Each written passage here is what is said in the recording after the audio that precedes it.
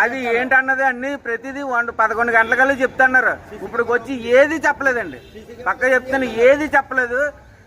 ఏది అయ్యి ఏది ఓపెన్ చేయలేదు. మనిషికి ఏమైందో తెలీదు.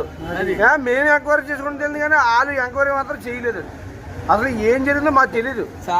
తెలియకూడదు కదా. మా ఊరు అలా కష్టపడి అలా చేశారు. పోలీసులు మాత్రం ఎంప్రూవ్మెంట్ కూడా మాకు ఇవ్వలేదు.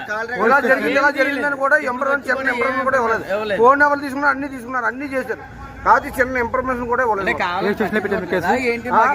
ఈ ఎండ్రపాలెంలో పెట్టామండి. ఎండ్రపాలెం స్టేషన్ లో పెట్టాం. ఎండ్రపాలెం స్టేషన్ లో మంగళవారం పొద్దున పెట్టామండి. మంగళవారం పొద్దున పెట్టాం. చేసుకుంటే వాళ్ళు ఎందుకండి అసలు మేము తీసుకెళ్తున్నాము. సంతృప్తిగా తీసుకెళ్లాలనుకుంటున్నాము. నెక్స్ట్ రేపు ఒక రోజు టైం ఇస్తాము. ఎల్లుండి మట్టికి జన్నారపురం బిజ్జి ఆఫ్ చేస్తాం, ధర్నా చేస్తామండి. బిజ్జి ఆఫ్ చేసిన తర్వాత వాళ్ళు ఏం చేసుకోవాలంటే చేసుకోమనండి. మేము అందరం కలిపి ఒక 1000-1500 మంది